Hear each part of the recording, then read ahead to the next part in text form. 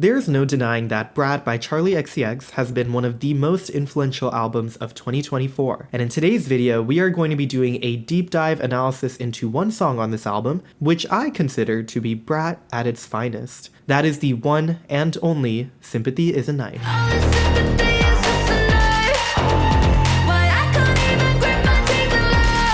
Let's start with the overall composition of this song. Sympathy is a Knife is structured as a very standard pop song. We have a verse followed by a chorus, then another verse, then another chorus, and an outro to round things out. Pretty straightforward, everything feels very familiar by the end of the song. The production adds to this consistency because it is also fairly similar throughout the runtime of the song, leaning heavily into the electronic dance pop genre that characterizes much of Charli's discography and especially Brat. When it comes to the melody of the song, Sympathy is a Knife consists of many repeated notes. The note being repeated tells you a lot about what part of the song you're in, and it does a really good job building intensity up and down. Like I said, there's only 3 sections in the song: verse, chorus, and outro. And the highness or pitch of the note pretty much tells you what part of the song you're in. As the note gets higher, the intensity increases. As the note gets lower, the intensity decreases. I don't wanna share the space.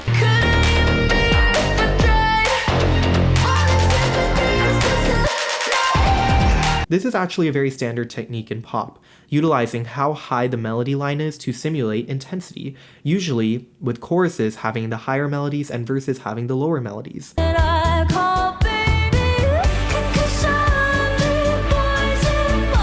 There's a very clear distinction between verse and chorus that makes each part feel really powerful in its own way. The verses are very repetitive and stable. She literally is just on 2 notes the entire time. Meanwhile, the choruses take on a more question-answer type melody, with Charli jumping around a bit more.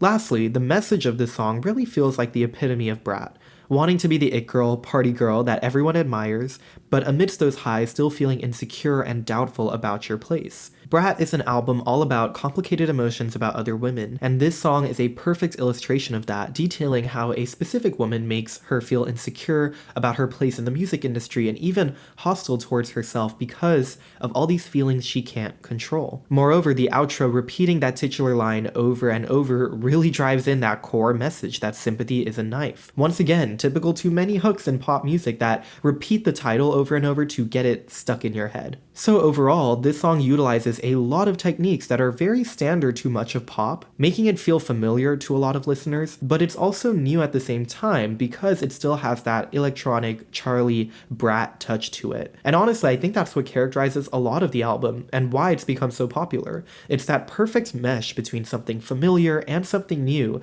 that makes it a really big hit. Now, I want to take this one step further and focus on a very specific moment in the song that really defines the entire piece and allows us to dig deeper into the composition and ultimately, why I think this song is so good. That is the moment where we switch from verse into chorus about 30 seconds into the song. And then again the second time around. There's some interesting stuff going on here harmonically and melodically that makes this moment really stick out and function kind of like a bait and switch of sorts, and you'll see why that's important. Let's start on the melody. Like I said earlier, we have a lot of repeated notes in the melody lines, both in verse and chorus, but let's talk about what's going on rhythmically. This song is in 4/4 tempo, so each measure or bar of the song consists of 4 beats, with the first of those beats called the downbeat. You may notice that for each measure of the verse, the downbeat is empty. Charli is not singing there.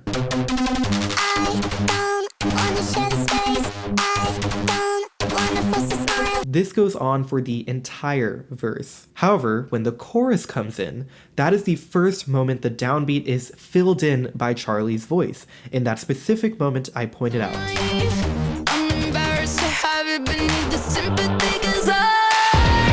What's even cooler is that the instrumentation goes silent in that moment. It's an exact reversal of the verses, where the downbeat was filled in by just instrumentation, now it's filled in by just Charli's voice. What this does is it really puts a big focus on Charli's entrance and makes this shift from verse into chorus really dramatic and attention-grabbing. And that's the first reason this moment in particular is really important to our understanding of the overall song and why it works so well. The next thing though I want to point out about this moment is the chord progression and how it changes during that moment. And in my opinion, this is really the most interesting thing about this song entirely. The key of this song is E flat Lydian, which is somewhat unconventional, but it's not all too crazy. So let's briefly talk about what that means and why that's important. In a major scale, the first note is called the tonic. That's what the entire scale is based around. Now let's say you took that same set of notes in a major scale, but rearranged it to start at a different note, and you made that the new tonic.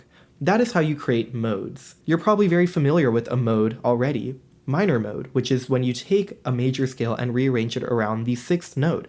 Now you've created the relative minor. Lydian mode occurs specifically when you rearrange the major scale to start at the fourth note. So in the case of Sympathy is a Knife, we've taken a B flat major scale, and now we've created a new scale with the same set of notes, but starting at E flat, the fourth note. And that is how we get E flat Lydian, which is the scale of this song.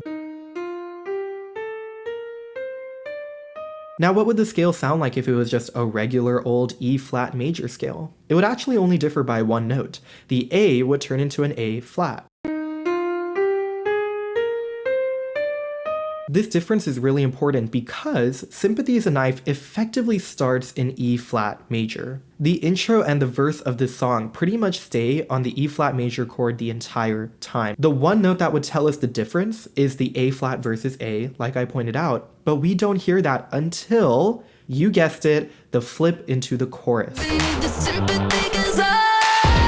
This is the exact moment that our ear hears something off because we realize, wait a sec, that note is an A natural, that's not an A flat, making this a Lydian scale. And guess when exactly that specific note occurs? Why yes, on the downbeat. Remember what I said earlier, this single moment is a flip in the melody structure as well, where Charli fills in the downbeat for the first time. And so it's no coincidence that it's on that unsettling, shocking A natural, because again, it really draws your attention, and it gets even better. That jump from the stable E flat of the verses to this unstable A natural is an interval consisting of 3 whole steps, an interval also known as the tritone. The tritone is often regarded as a very unnatural, unpleasant interval in music. In fact, it was labeled the devil in music for a very long time because of its nature.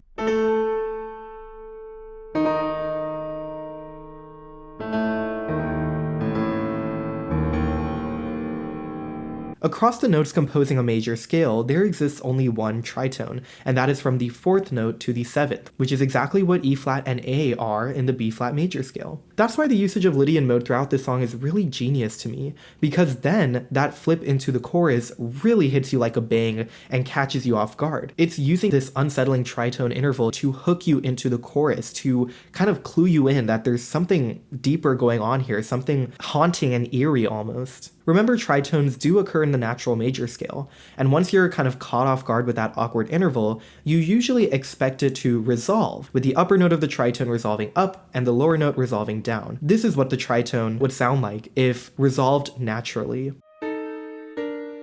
That sounds quite nice, quite stable. That's what you would naturally expect in a major scale progression. Is that what Sympathy is a Knife does? No, of course not. Why be boring when you can be Brat? The melody does in fact resolve the A natural up to B flat, but the bass does not resolve down. It stays on the E flat, even though, in a sense, it shouldn't. It should be resolving down.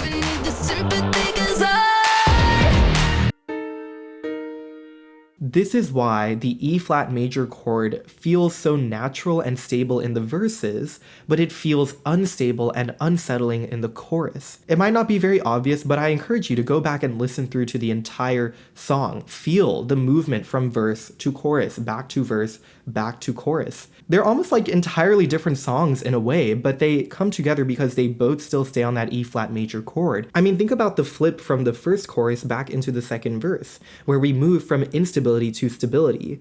It sounds nice, it's kind of looping you back into the world we started the song in, and yet the lyrics in that moment are why I want to buy a gun, why I want to shoot myself. This is the genius of Brat right here. Now, finally, let's come back to the message of the song and what all this does for the emotions and feelings Charli is trying to portray. Well, this is kind of the moment in the song where she admits her true feelings on the situation in a way. The verses set up her conflicting emotions on the topic. She's embarrassed to feel this way. Her boyfriend just doesn't get it. She feels like she's spiraling. And in the choruses, we finally hear why. I couldn't even be her if I tried. I'm opposite, I'm on the other side. I feel all these feelings I can't control. It's a moment of release, of anger, of frustration, which really beautifully complements the unstable nature of the harmony in the chorus that I just talked about. The titular metaphor here is also really interesting. Sympathy is a knife. I think the sympathy Charli sings about here refers both to the sympathy from this particular woman she sings about, who she views as so above her and on the opposite side, but also the sympathy she gets from the media, from outside people, even possibly her own fans, praising her for her successes, saying she's special in her own way, she's still doing amazing things. To her, it all feels like a knife. It wounds her. It leaves her unable to move forward. It's physically painful. That is how upset and frustrated she is. And most importantly, she asks this as a question. She asks why she feels this way. That's the crux of the whole song, which is also why I find it hilarious when people call this a diss track. It's not a diss track. This is entirely introspective. I'm seeing online that some people think that there are diss tracks on Brat, and I just wanted to come on here and clarify that there aren't, apart from maybe Von Dutch, which kind of is, but the other tracks in question aren't diss tracks. It's all about Charli herself wondering why she feels this way, knowing that she probably shouldn't feel this way. She doesn't like feeling this way, but she does anyways. That's why the end of the song, the outro, feels like such an immense payoff to everything. It's the highest intensity moment of the song. She's reaching the top of her range, and she just screams out all of her frustrations, all of this rage, and this annoyance, again, at the outside world, but also at herself. All in all, through a combination of standard pop techniques that hook you into the song, harmonic progressions that subvert expectations, and lyrics that cut deep to Charli's insecurities and introspection, Sympathy is a Knife really stands out as a masterpiece of its own kind. Interestingly, this is the first song that is truly vulnerable in this way on Brat, making it a really defining moment in the album. It's the first time the party girl facade kind of comes crashing down, and Charli is left to grapple with her own insecurities and frustrations over her place in the music industry, and how other people make her feel, even when she doesn't like those feelings. This song has truly stood the test of time as my favorite on the album, probably your favorite on the album, and it likely will remain a classic within Charli XCX's discography. And that's it. Thank you for listening. I hope you liked this kind of deep dive analysis. I had a lot of fun going through the music, really, piecing it together, seeing how it all works musically, lyrically. I don't know. I really like this kind of stuff. So let me know down below what you thought, if you agree that this is the best song she's ever released, along with anything else you'd like to hear me talk about, any other songs you'd want me to analyze like this. I would love to. I'll probably do more of these in the future. I don't know. We'll see how this one does. Anyways, that's going to be all for this one. Bye.